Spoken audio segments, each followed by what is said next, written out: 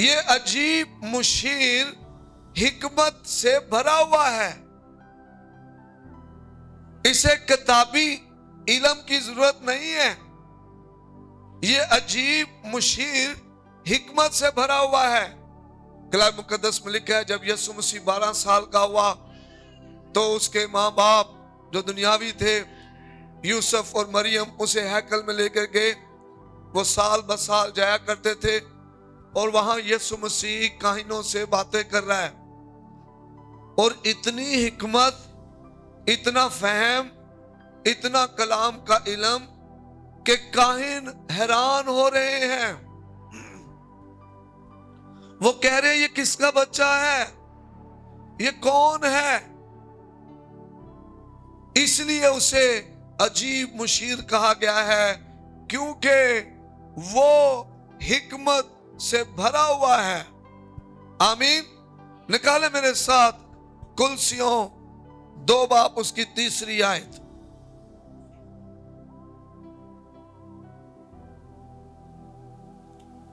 لکھا ہے جس میں حکمت اور معرفت کے سب خزانے پوشیدہ ہیں. کس کے اندر؟ خداوند یسوع مسیح کے اندر. اس لیے اسے عجیب مشیر کہا گیا ہے. آپ خداوند یسوع مسیح کا دیا ہوا ضابطہ حیات دیکھیں. اگر کوئی شخص خداوند یسوع مسیح کی تعلیم پر عمل کر لے، اس شخص کی زندگی میں سے کڑواہٹ، غصہ، کمیاں، گھاٹے، بیماریاں جانا شروع ہو جائیں گی. خداوند یسوع مسیح نے آسمانی حکمت سے، حکمت 2 طرح کی ہے. ایک ہے جو دنیا آپ کو حکمت دیتی ہے، ایک حکمت ہے جو الہی حکمت ہے.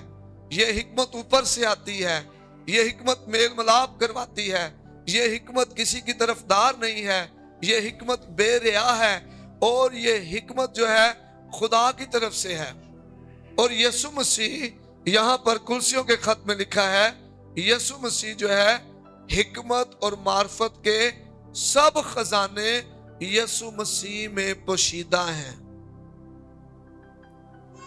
آمین.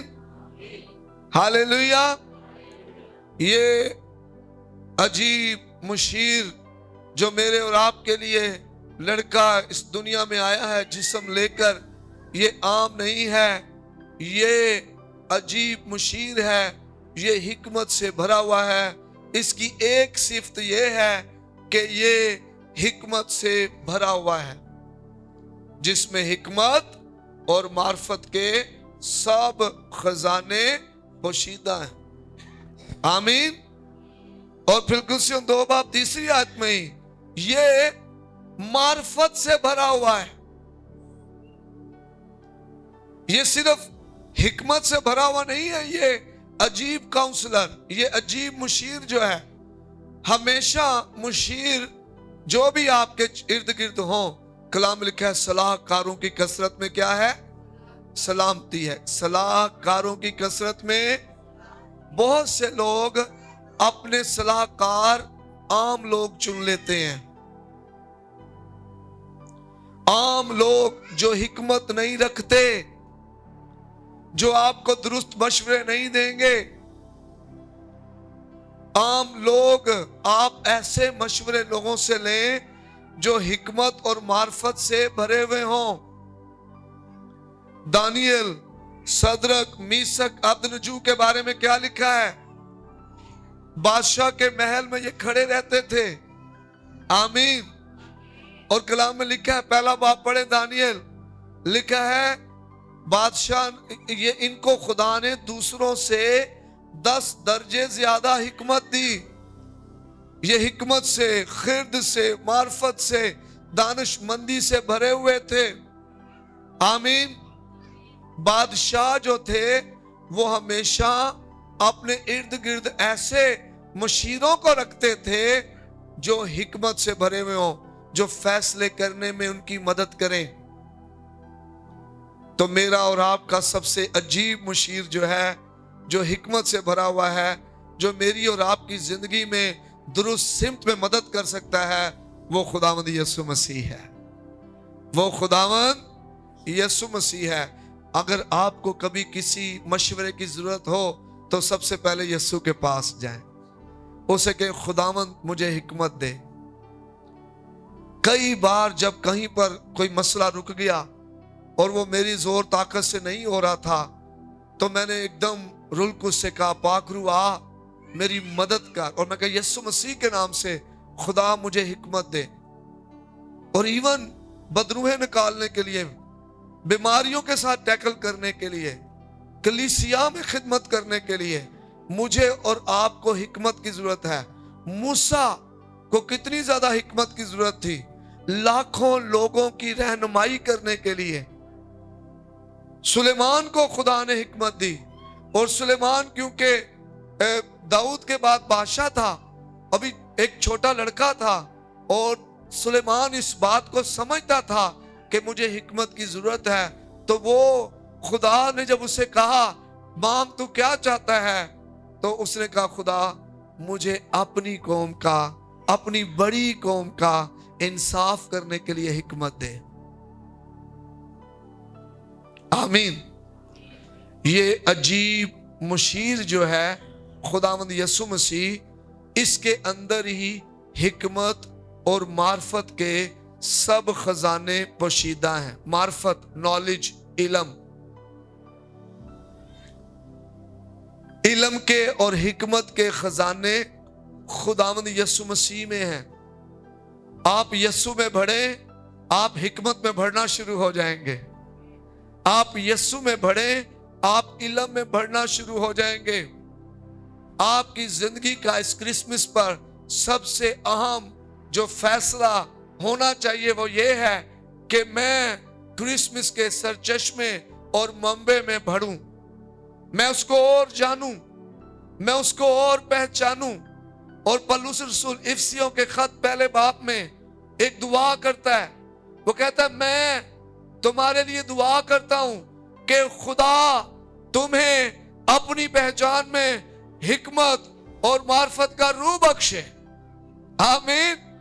اور آج یہ میری دعا آپ کے لیے ہے کہ خدا کلیسیا پاکستان کو، آپ سب کو یسوع مسیح کے نام سے حکمت اور معرفت کا روح بخشے.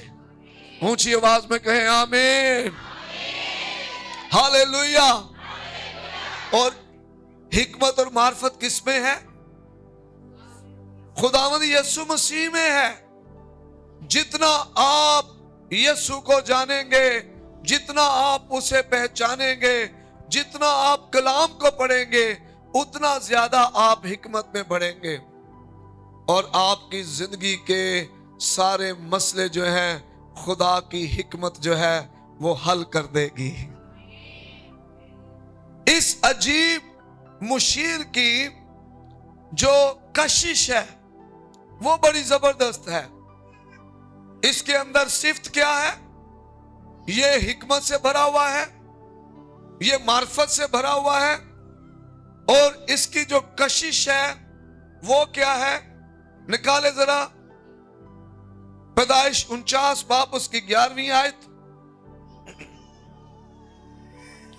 پیدائش کی کتاب 49 باب اور اس کی 11ویں آیت لکھا ہے، وہ اپنا جوان گدھا انگور کے درخت سے اور اپنی گدھی کا بچہ اعلیٰ درجہ کے انگور کے درخت سے باندھا کرے گا.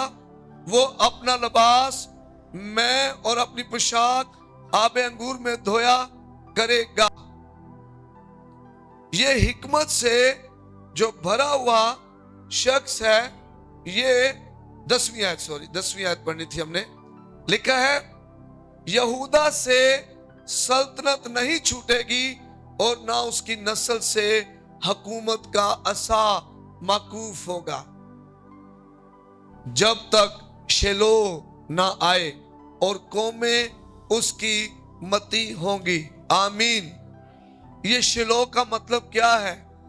جب تک امن پیدا کرنے والا نہ آئے.